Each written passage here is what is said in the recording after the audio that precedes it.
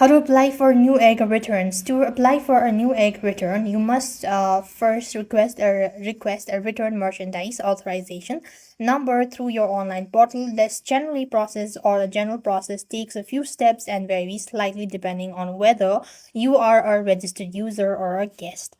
What you need is first thing first, open a Newegg and register as an account.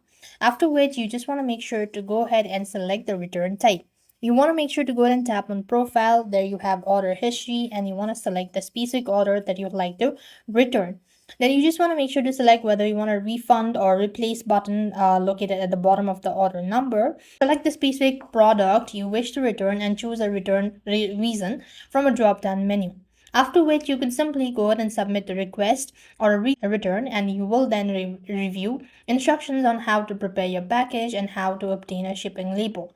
And then you could go ahead and prepare and ship your return, and that's basically how you're supposed to apply for a new return or Newegg return. So that's all. I hope the video was helpful. Make sure to like, share, and subscribe. Thank you for watching. See you in the next video.